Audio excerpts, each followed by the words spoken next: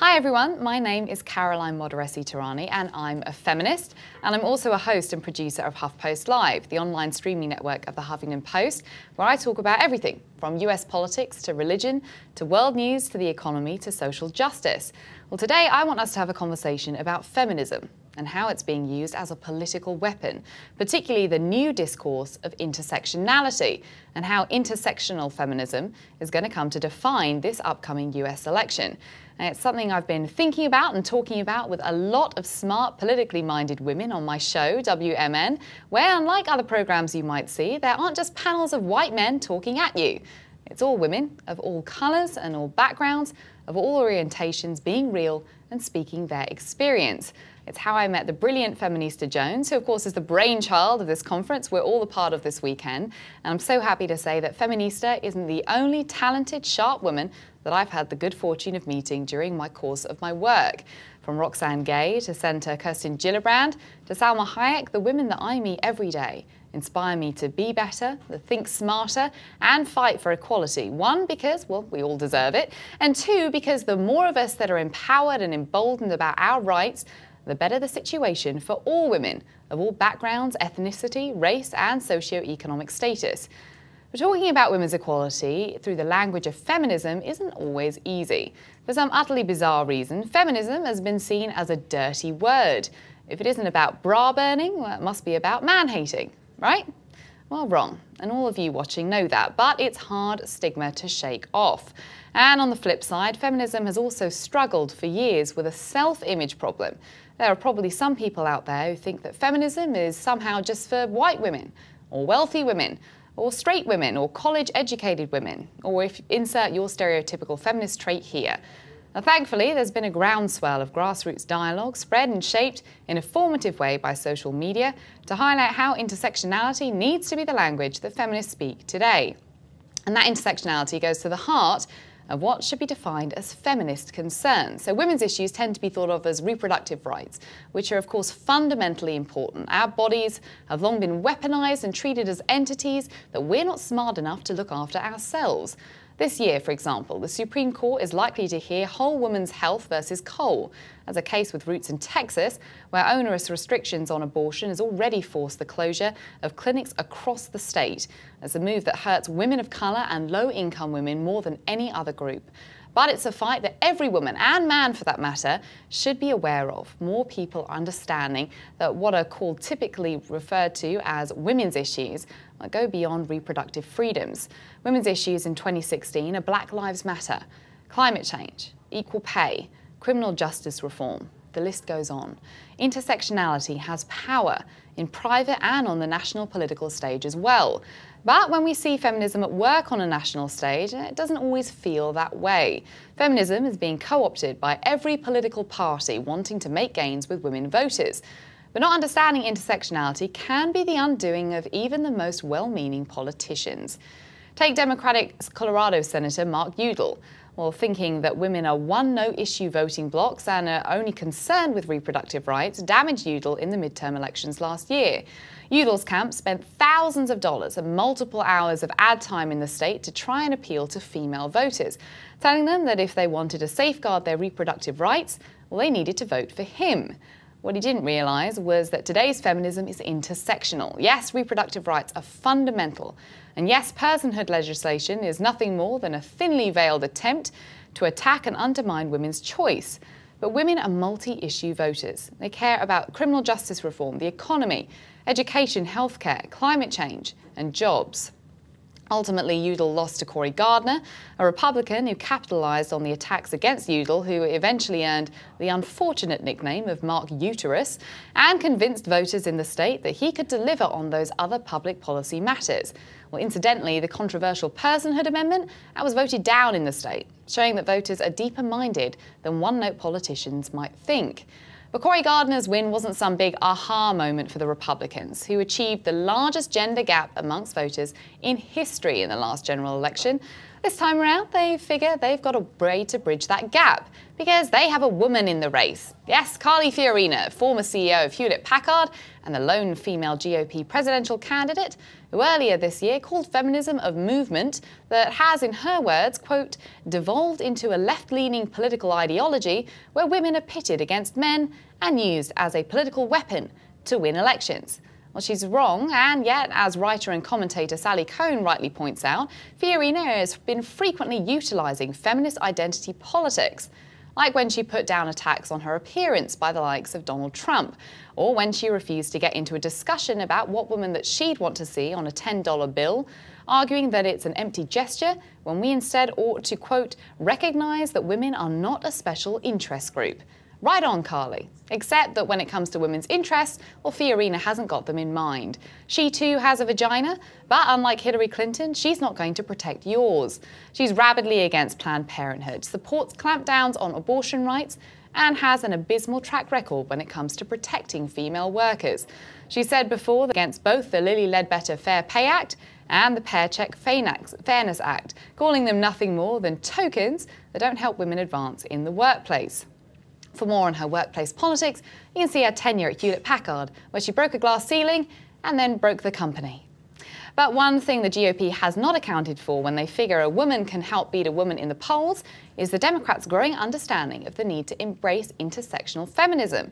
Hillary Clinton is out there addressing issues like violence against black trans women and voter concerns like Keystone XL Pipeline and TPP. Yes, she's also sitting down with Lena Dunham to fireside chat about feminism, but it's about actions and not words. And Clinton finally seems to be crafting a campaign that's orbiting more around intersectionality, far more than her failed attempt in 2008. And that has a lot to do with the power of your work. All of you out there who are pushing social justice and feminist agendas into the public sphere are helping to wake our politicians up. Back in 2008, Hillary Clinton's campaign foolishly assumed they'd got women's voters locked in. Clinton's then advisor, Mark Penn, even wrote a memo that told Clinton that she just had to do two things to secure the votes of women everywhere. One, be female, reasoning that women want to vote for the first female president. And two, act like you inherently understand lower and middle class female voter concerns because you once were one. Well, ultimately, Barack Obama got 53% of the female vote, because his campaign was more concerned in engaging women through dialogue and community activism than assuming gender was the key to locking in their votes. Well, today, while some people raise eyebrows at Hillary's seeming flip-flops on issues like climate change and Keystone, a new stance on both demonstrates the power of intersectional feminism. And intersectional feminists should claim victory at forcing politicians to have this dialogue in the first place. Hillary might not have been listening then, but she's sure as hell listening now. And it's not just Hillary. When Vermont Senator and presidential candidate Bernie Sanders takes a moment to meet the family of Sandra Bland, the young woman whose arrest and subsequent death was just another punctuation mark in a long-running conversation about civil rights in this country, well, Sanders was not just speaking to black voters, he was speaking to feminists everywhere. Politicians are being pushed to give concrete answers on how they're going to tackle the inordinate number of arrests and violent assaults of black lives in this country. Now, this is no endorsement of Bernie. He made well-documented missteps in his dealings with the movement, but it shows that feminism is a powerful weapon in advancing social justice. And intersectional feminism, which hopefully will one day be recognised as what feminism is, period, is a powerful philosophy for good. Now, that's not to pat ourselves on the back and put our feet up. The fight is very real. And you don't need to be running for office to use feminism as a political weapon. We all have to arm ourselves to be prepared for a world that's still radically hostile to women. But it's exactly intersectional feminism that's going to help us to create a world where women are equally paid, represented, live and work without fear of violence, and celebrated, as we all should be. Thanks so much for joining us for Women's Freedom Conference this morning and for joining us for this live Q&A. I'm so pleased to have Caroline Modarressy-Tehrani with me, who is a host of HuffPost Live. She was a Culture Corner style columnist for the Financial Times and contributed to Huffington Post, Vanity Fair, the Telegraph, the Independent, and the Mail. And Caroline earned her bachelor's degree at Oxford University and has a master's in broadcast journalism from Columbia University. And she's coming to us live from San Diego. So thank you so much for being here, Caroline. I really appreciate you making the time. I know it's early out there on the West Coast. No, thank you, Leslie. I mean, my goodness, what an amazing opportunity to be a part of this. I'm just so grateful. Thank you so much for having me. Yes, wonderful. So we just heard your wonderful piece about the political weaponization of feminism. So I had a few questions, just kind of dig a little deeper into this topic. My first question is, what's your general elevator pitch for intersectional feminism? When someone says, what is it? What's your response to them?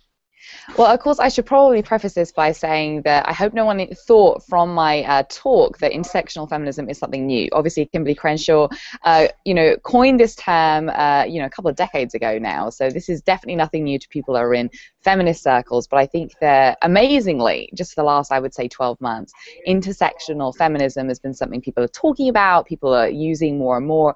My elevator pitch for what intersectional feminism is that it really should be the umbrella for what feminism is. So it means feminism that understands that if you come from a different racial background, if you come from a different religious background, if you come from a different background where sexual orientation is seen through a very cisgendered lens, that there are differences. There are differences in the privilege that we all have and how we were all raised and how we're all then received in the world. So intersectional feminism understands that people are nuanced, that society understands and embraces people in a nuanced way.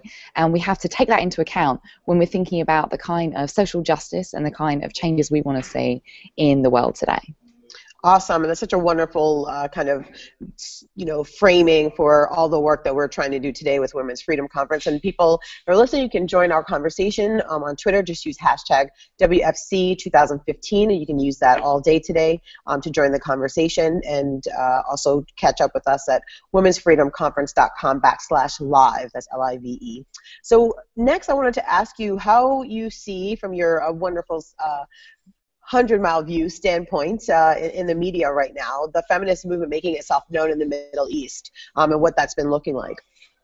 I think it's a really excellent question. I think for people that are not familiar, they may think that feminism across the Middle East is starting to flourish only now, in the last 2 years or something.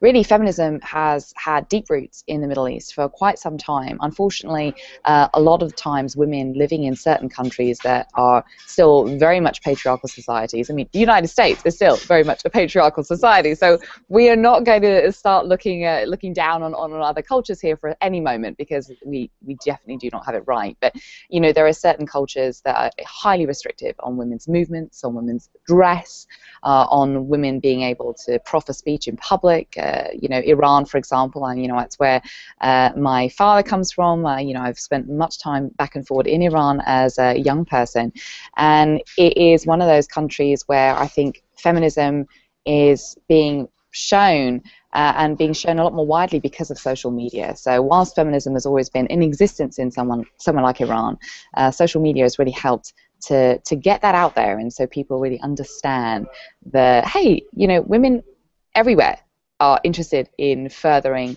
women's rights, so that women's rights are equal, women's rights are just human rights. So Iran is a great example, I think. People obviously know Iran, where women have to be covered up. They have to wear headscarves, depending on whereabouts you live in the country. You have to be highly covered up. You have to wear something called a chador. You are not allowed to attend public sporting events. So if you want to go see a soccer game, you can't do that. If you want to go to a volleyball game, you can't do that. And actually, Gonche Garbami is in prison, or was in prison for doing that, for actually just wanting to attend a volleyball game, which is just baffling. But when something like that happens today, when there's an outrageous prison sentence leveled at a woman somewhere like Iran, women, whereas before they would make a fuss about this and it would only really ripple within their social circles, because of social media, it now has ripples all around the world. So a woman in Iran who is kicking up a real fuss because she's like, that isn't something that I do not want to have in my culture, that is something I'm not going to stand for, all of a sudden we can be her allies. Anyone, and I'm not just talking about women around the world, we can all be her allies, because we're all being able to see what she's putting out there, we can all get on social media and we can all actually sort of echo that case. And it really does make change. I know that people think that sometimes social media can't precipitate change. It really, really can do, because it puts issues on the radars of politicians, puts issues on the radars of our government, to be able to then force issues, to be able to push issues. And these women as well, I have to say, they're all about self-emancipation. They don't need some sort of white knight coming in to try and save them. But I just think it's really fascinating how all of a sudden we are aware of those issues in a hyper-local level from our 100-mile view. Absolutely, and I think we see that when Feminists put the call out for speakers, we were able to put together this amazing group of women from 5 different continents to come together and lift their voices and their experiences up for everyone to see. So we definitely see that taking shape.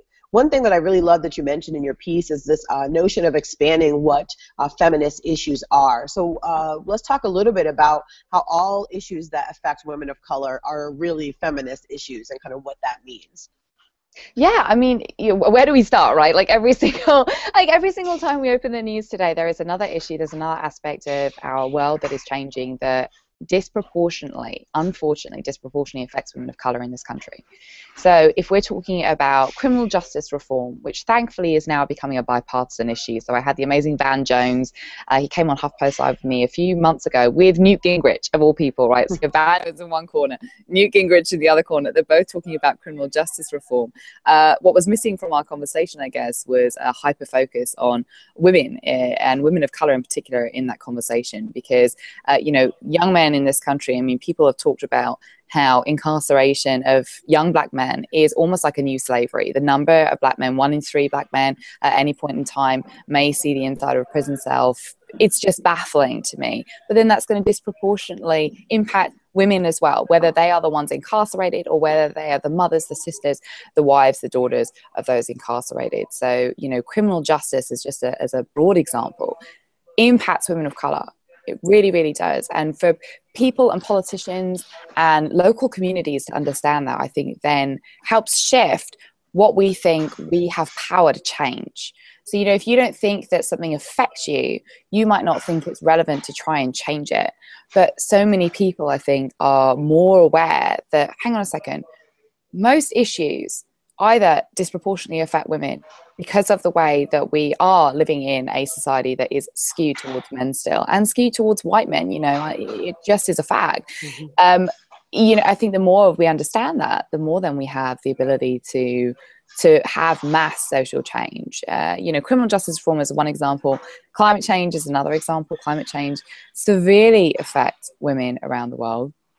And women in this country as well. And it's one of those things where you don't think that climate change has anything to do with feminism until you realize the precipitous effect that something so broad has on our emancipation, on our freedom, on our economic freedoms as well. So it really does make a big difference if we see the multi-layered issues that really are all under the umbrella of feminism. And it goes back down to that boilerplate definition, right? Like, when Hillary Clinton, and again, not to be sort of bringing up Hill Dog as the one person is the key to our emancipation, but, when she talked about, women's rights as human rights and human rights as women's rights, it really is that if we're looking at the right to be self-determined, the right to be able to provide for our families, to be able to succeed in the career that we want to succeed in, to not have to worry about our food safety, our water safety, but also to not have to worry about some politician coming in and want to transvaginal ultrasound us to get birth control. It all kind of feeds into this. But this, I mean, like Leslie, this is something I'm preaching to the choir here. So absolutely, yeah. But that's really great, and I think that's a big takeaway from your session was this expanded notion, not just of intersectional feminism, but what feminist issues are, and really looking beyond just reproductive issues into how our lives are affected as women and as women of color around the world, which is amazing. And I tell you something, just to sort of underline this point, that's what the other side, that's what they like to do. So, not to be too partisan about this, but when people use reproductive rights, they are using reproductive rights as a weapon. And what they're doing is that they are trying to get everybody to focus so much on those issues to keep us in that fight, that then they can undermine us in all these other areas. And we won't notice until it's too late. That is the strategy that people have. So if they can keep us talking about abortion rights, which, guys, sorry to spoil and burst your bubble, it's over. Roe v. Wade, it is in this country. Go somewhere else if you want to do this, but you know, it's done. But you know, if the more that they keep us in that bubble where we're constantly trying to claw back a little bit, like in Texas, where the women now, you have to drive over 250 miles if you live in certain parts of Texas just to get the abortion, and then you have to wait 3 days before you can even get the procedure. You have to go back and forward. That is hitting low-income women hardest, because if you can't even have a car and you have to scramble the money to rent your car or to borrow it from a friend and pay the gas money and get across a state line or get across a county line to try and find a doctor who will even see you for an exam to see if you want to have an abortion, and then you have to wait 72 hours and come back and do it again. You are so busy doing that you don't then realize that they're stripping away some part of your paycheck, that they're stripping away some aspect of your son or your daughter's future rights, that they are taking away from your education. So, you know, that is when I talk about feminism as a political weapon. It works both ways. They're trying to hyper-localize feminism as solely reproductive, so that then they can get away with murder and all these other. If you're just joining us, we are back again with Caroline Modarressy-Tehrani, and we're talking about using feminism as a political weapon. And so we were actually delving a little bit deep into how that looks on the media side of things, and how we see feminism being used in media to intersect or inject political aspirations into the conversation. Yeah, I mean, you know, I think it works in 2 different ways. I think that's what we were talking about. So, like, it's been amazing. And Liz Plank, my lovely, amazing friend Liz Plank, who you guys have got to check out, she was just, you know, with Hillary Clinton when she was at the DNC. And for, honestly, it was kind of amazing because, oh, hang on a second, I'm being told to wait. Hang on a minute. Let's see. Are we live? We're not live? Maybe we're standing by. Okay, we're standing by. Maybe we're not standing live. by. Okay. So Hangout's live, but I don't think we're live on the conference yet. I'm just going to do some feminist dancing because I mentioned Liz Plank, and she'd be happy if I did some, like, you know, dancing in her honor. I'll dance with you.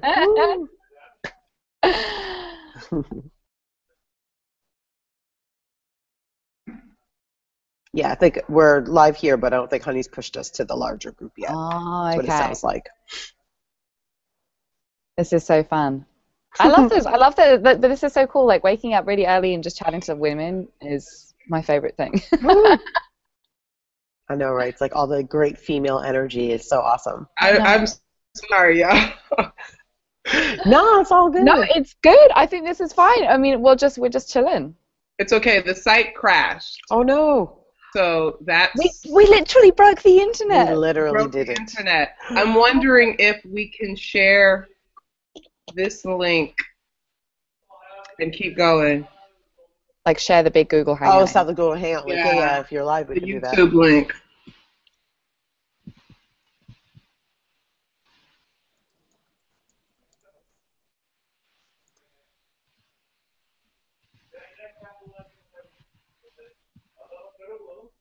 It's okay. Mm-hmm.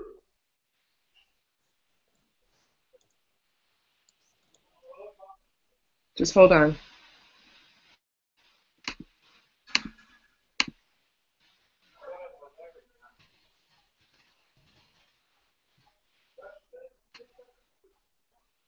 Two minutes. So It'll be up in 2 minutes. we got 2 minutes. Cool. People are digging that music, I want to say. It's so cool. The like hold music. It's like, oh, really? That's awesome. yeah, it's really good. The people are so awesome. So I've been. Oh my God, it's amazing. Yeah, like music searing into brain, new networks. This is hilarious. And you know what? It's so nice. Misrepresentation just retweeted. I was like, we just broke the internet. We'll be right back. And I think everyone is like, awesome. This is great. Oh. So awesome. And right now we have Majora is doing the webinar, so it's okay. Oh, great. Okay, so people can kind of switch. Well, if they pay for it. Oh, we're live again. Yay! Okay. Awesome. All right, great. Okay, can I just really quickly? Yes. I told y'all this was going to happen, and thank you for joining with us. We are here. And I'm going to turn it right back to Carol and to Leslie, and thank you for your patience. Thank you for everyone that's in the webinars right now with Majora Carter. BSM.co is facilitating that over on the other side, and we're going to get right back into this, and we apologize for that, and thank you so much for your patience. We are working to make this great. So back to Leslie and Carol, and I'm going to dip out of here. These ladies are so awesome. Okay, bye-bye. Awesome. Great. So we're back in the conversation. We were really talking about how in the political process through media, feminism is being injected in places that we don't necessarily want it to be, and how that's kind of a manipulative process. So you were talking about two different ways that you see this playing out. Yeah, and first of all, I mean, like, can we just say big, amazing props to Feminista Jones for doing this? Big time. She is so awesome. I love it. I love it. But yeah, I mean, it is. Feminism is being used as a political weapon in two different ways. One is a real force for good, and it's a force for social change, and it's a source of positivism. And then the other side is less so in many different ways. So, you know, Fox News, for example, Fox News, Carly Fiorina, the people that have been talking about feminism and appropriating the language, basically they are perpetuating a stereotype of feminists and feminism as man-hating, as hyper, I guess the quote-unquote be feminazis almost. Like they want people to believe that feminists have some really, really nefarious agenda, which is that we are, you know, all about killing babies, and if we're not about killing babies, then we're about taking jobs from men. If we're not about taking jobs from men, we're about emasculating men. And again, even their critiques of feminism, which are wholly wrong, are also in a very non-intersectional lens. They view it as a kind of hyper cisgender universe. They view it as only certain types of women. And so they fail to get the point. Unfortunately, lots of people still listen to them. That makes our jobs a little bit harder because, you know, it's 2015 and we are still having to say, no, feminism isn't about man-hating. No, it's not about bra burning. No, you know, it's also, you know, I have male friends too. Yeah, it's really great. Like, it's just so baffling, because then again, in the same way that they use reproductive rights as a way of sort of having a noose around our necks, these are all burdens that they want us to have to keep fighting off. They want us to have to keep determining who we are and what we are, because the more time we spend doing that, the less time we are free to create the kind of social change that we want to be, that we want to be creating. So I think it's just sort of something just for us all to be mindful of and to watch out for. What is heartening, though, like on a real positive side, is that back in 2008, Hillary Clinton was nervous, I think, of embracing her femaleness, her being a woman on a political stage. And this year, it's just been like night and day. And I was mentioning Liz Plank, who's just amazing. If you don't follow her already, Feministabulous, she's awesome. And, you know, she was with Hillary Clinton at the DNC platform just, I think, a few days ago. And it's just like night and day, the way that Hillary Clinton realizes that women are something that not only she should be proud of to be a part of, like the cohort that we are, but it's something that's integral to politics. Like, if you pretend that you aren't part of the 50% of the population that is determining itself, that is, you know, making education shifts in this country, that is the forefront of the climate change battle, that is the forefront of social justice, that you are doing yourself a real disservice in a way that you just don't need to be doing. But the media can be a help, or it can be a hindrance. I think the way that the media can be a help is by recognizing that feminist voices are these manifold voices that, you know, don't go and pick on the same people to talk about feminism. You know, think about going to the Black Lives Matter movement and speaking to those amazing women that are a part of that movement and saying, hey, I want you guys to tell us about how feminism is affecting your work. You know, talk about that in a way that is going to then broaden the horizon of feminism on the political stage, as opposed to narrowing it. Because the more we keep narrowing it, the more that people that A, are a bit turned off by it, or B, don't really understand it, are just going to back away from it. And then we remain this sort of fringe idea when, as we say, I mean, we're 50% of the population. Women are not fringe. Definitely not fringe. And, you know, there is this idea of not letting the definition or I should say challenges to the definition of what feminism means, and more putting our efforts into acting out what those definitions are meant to be in the world. So, which is kind of our push. And I see that more and more when I talk with women all the time about these issues. So I wanted to also talk a little bit about how feminism can bring women of color together. You know, one of the things I've loved about the movement for Black Lives is this idea that it is not just in one city, just in one state, just in one country, just in one continent. We're talking about issues that affect Black people as a whole. And I think that the more we can look at feminism under that same lens, it helps bring us all together. So where do you see that playing out, and connections being made in addition to here at Women's Freedom Conference? Oh my gosh, in so many ways. I just have to say, I mean, for me personally, nobody has all the answers. And I have learned so much in the last couple of years, particularly, you know, the work I do on HuffPost Live, my women's rights show every week, WMN, and I have an amazing, 35, 45-minute platform every week and more, but that in particular where I learn every week from the women that come on to my show. I learn every week because I don't have all the answers. I don't know everyone's experience.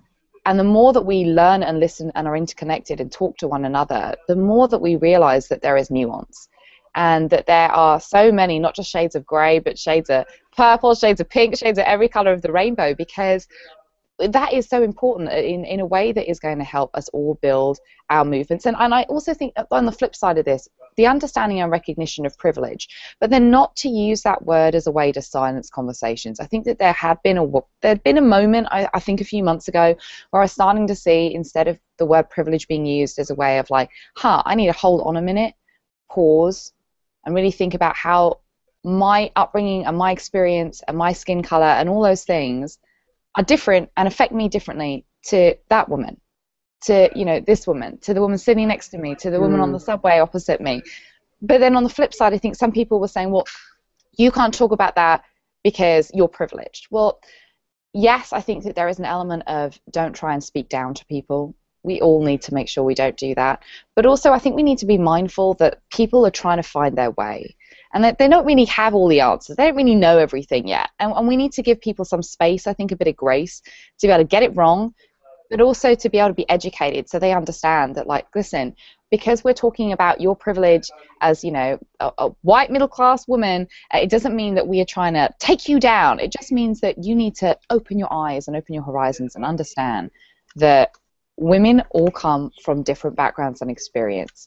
And the only way that we're going to have real meaningful change is to understand, embrace that, understand it, embrace it, and then all of a sudden it becomes this amazing movement. And I see it. I mean, like, Black Lives Matter is just one. That hashtag everywhere, that, amazing movement. And when Bernie Sanders is forced to change his tone, when he's forced to, all of a sudden really, really stop, pause, and think, I need to listen to these people.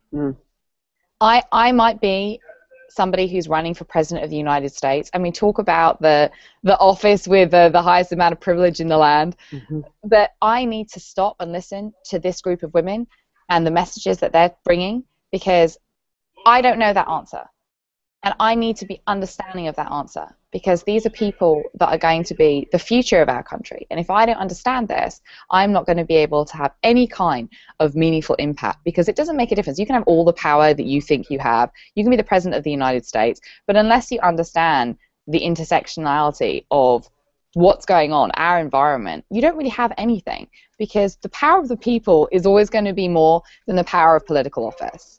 And we see that everywhere. We see that, in the likes of Syria, where unfortunately, that country, 4.5 years, nearly 5 years of horrendous civil war. But, Bashar al-Assad is not sitting pretty and smiling. I mean, he's seeing an empire around him crumble and fall. And it is absolutely that there are, people on the ground that are pushing for the social change. Even the refugees, people think of refugees as, extremely, obviously, needy. They're a huge plight. We all have a responsibility to be thinking about those women as well, those women and children. We need to be thinking about them when we're talking about intersectionality and feminism globally. But those women, they are having huge social change. They are really shining a light on an issue that 4.5 years of UN conferences haven't been able to do. But those women on the ground that with their stories they're the ones who are having a huge social change. They're creating social change and having the power to shine a light and draw attention to an issue and may unseat that political office. Awesome. Yeah, you put me in mind of something about, I've been talking with a bunch of progressives recently about some idea, so the issue of our progressive or left culture in casting out those when they do something wrong and looking for a different way. And that's not to say that there aren't issues with that, but certainly something that we should all keep in mind. I also wanted to just mention one last kind of concept about intersectionality, since that was a big piece of your piece, which is, and I'm quoting Angel Carter, Virtuous Queen, who is tweeting about this last night, talking about the fact that if you imagine an actual intersection and you imagine someone who is standing at it, they have this ability to see east-west and north-south at the same time. They can see all of these things going on. And if you're just on one of those roads, there's a piece of this equation that you don't get to see. And so when we embrace intersectionality, we're able to honor those things and really hear from people that see things we don't see, and hopefully use that to kind of illustrate to people why it's so important to have that vantage point. I'm going to wrap it up, but I do want to give you the opportunity. First of all, please let everyone know where they can follow you and find you so that they can get more amazing gems of fantastic feminism awesomeness from you going forward. Oh my gosh, amazing. Yeah, I mean, you can follow me at CaroMT. You can look at me on Instagram. It's Caro_MT.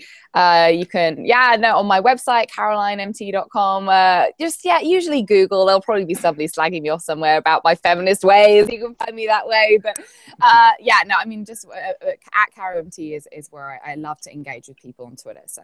Awesome, fantastic. And if you did miss Carol's session, you can watch it on demand on womensfreedomconference.com/live.